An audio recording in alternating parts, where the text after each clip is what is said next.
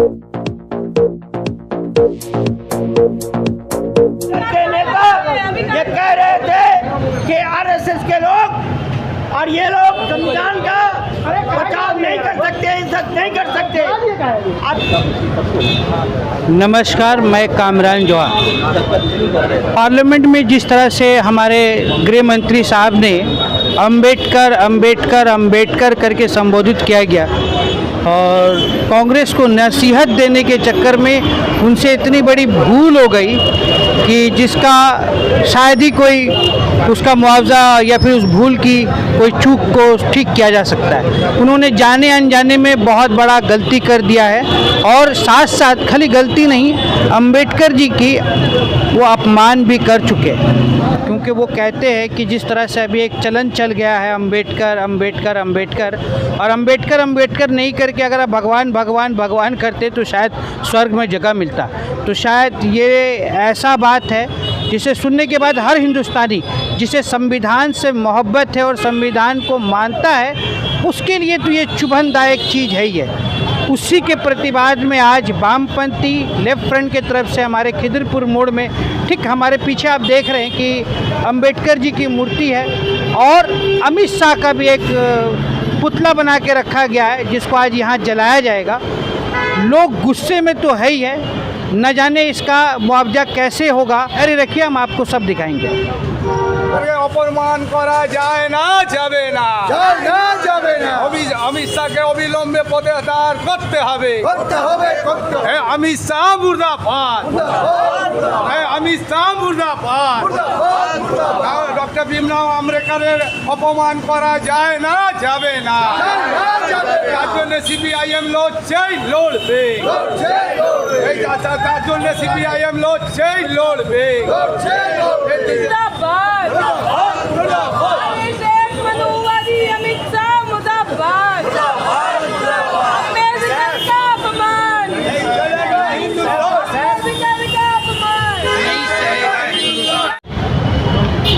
नमस्कार, AKP news में आपका स्वागत है। हम देख रहे हैं कि अभी तैयारी है आप लोगों का, ये हमारे होम मिनिस्टर साहब को यहाँ पुतले के रूप में उनको जलाने का। तो क्या है, क्यों जला रहे हैं फिर आप लोग? इसलिए कि पिछले दिनों राज्यसभा में जिस तरीके से हमारे अंबेडकर जी का अपमान किया गया है। कैसे अपमान किया गया? वो जब राज्यसभा में गृह मंत्री अपनी बात रख रहे थे उस समय उन्होंने कहा कि भाई आप लोग इतनी बार अंबेडकर अंबेडकर कर रहे हैं, इससे कोई क्या मिलेगा आपको? अगर उस जगह पर भगवान का नाम लीजिए तो कुछ मिल भी जाएगा। इससे ये लगा कि वो अंबेडकर जिन्होंने संविधान की रचना की उसके खिलाफ इस तरह का, क्योंकि आज भी बहुत सारे लोगों के लिए अंबेडकर जी भगवान की शक्ल में है और इस ऐसे हालात में पार्लियामेंट राज्यसभा में खड़े होकर के एक गृह मंत्री इस तरह का बयान दे, फौरन वहाँ विरोधी दल के नेता उनसे ये कहते हैं कि आपको ऐसा बयान नहीं देना चाहिए, आपको माफ़ी मांगना चाहिए।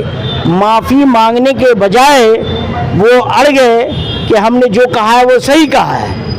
बाद में दूसरे दिन आपने देखा कि जब विरोधी दल के एमपी लोग पार्लियामेंट में जा रहे थे तो बीजेपी के लोग झंडा के नाम पर बड़ा बड़ा डंडा लेकर के खड़े हुए थे, जबकि ये अधिकार किसने दिया है बीजेपी के एमपी को कि विरोधी दल के एमपी को पार्लियामेंट में जाने से रोके।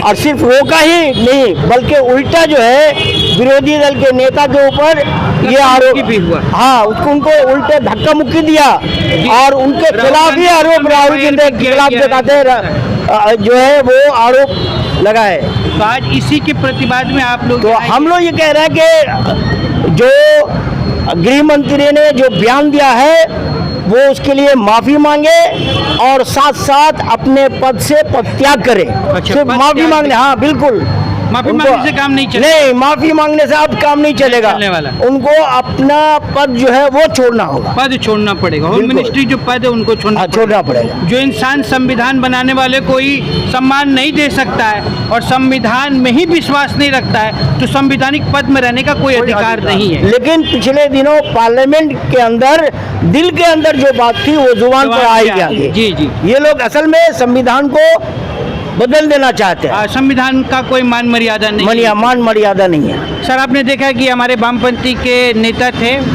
कलकत्ता कोर्ट 2 के जो लीडर है, आपका नाम सर बताएंगे एक बार? मोहम्मद मुश्ताक साहब, वो कह रहे कि अब सिर्फ माफ़ी मांगने से नहीं चलेगा, हमारे जो होम मिनिस्टर है अमित शाह को इस्तीफा देना पड़ेगा।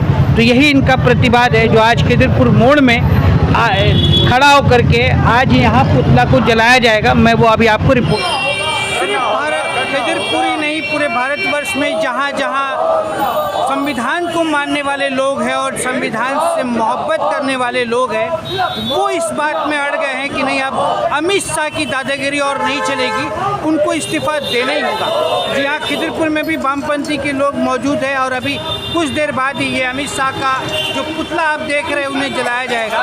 इनका सख्त मांग है कि अमित शाह को माफ़ी नहीं बल्कि उनको पद का त्याग देना होगा, इस्तीफा देना होगा। ये वामपंथी लोग खिदिरपुर का मोड़ इससे भी अछूता नहीं है, वो अपनी मांगों को लेकर के अड़ा हुआ है। ये देखते